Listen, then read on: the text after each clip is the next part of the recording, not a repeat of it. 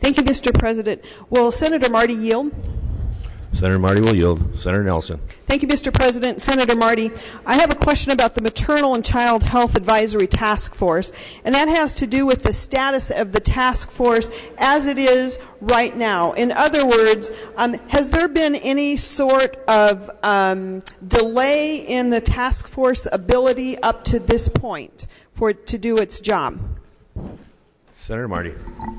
Mr. President, Senator Nelson, no, as far as I know, it's been going very well. They are being used on an ongoing basis by the agency to get feedback. Again, in the little amendment we had put on it in committee, asking them to take a look at the stillbirth issue, they are already looking at other issues, miscarriages and so on. They've been doing these things all along, and that's one of the ways that they bring health professionals in to get advice for the agency. Senator Nelson. Thank you, Mr. President, and thank you, Senator Marty, for that answer. I greatly appreciate the amendment that was added in committee regarding tracking stillbirths. But I do have one concern, and that has to do with actually the advice that citizens are able to give to this board. For example, the board was seeking applicants. The applications closed in mid-January from citizens across the state, and yet no appointments have been made. But what's even more worrisome is the people who applied have not even been notified about whether or not they were selected. So I'm quite worried that there may be a glitch here in actually the task force getting the advice from the advisory citizens because they're not being appointed.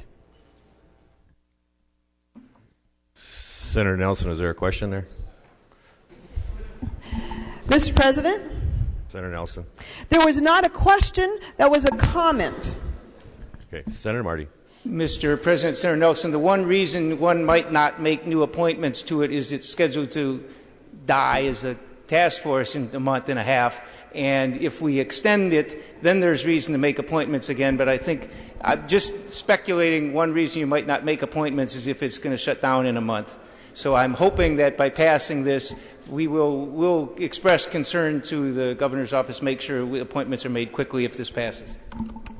Mr. Senator Nelson. Thank you, Mr. President, and thank you, Senator Marty. That was the exact reason for my first question, and so I do appreciate the fact that this task force will continue on.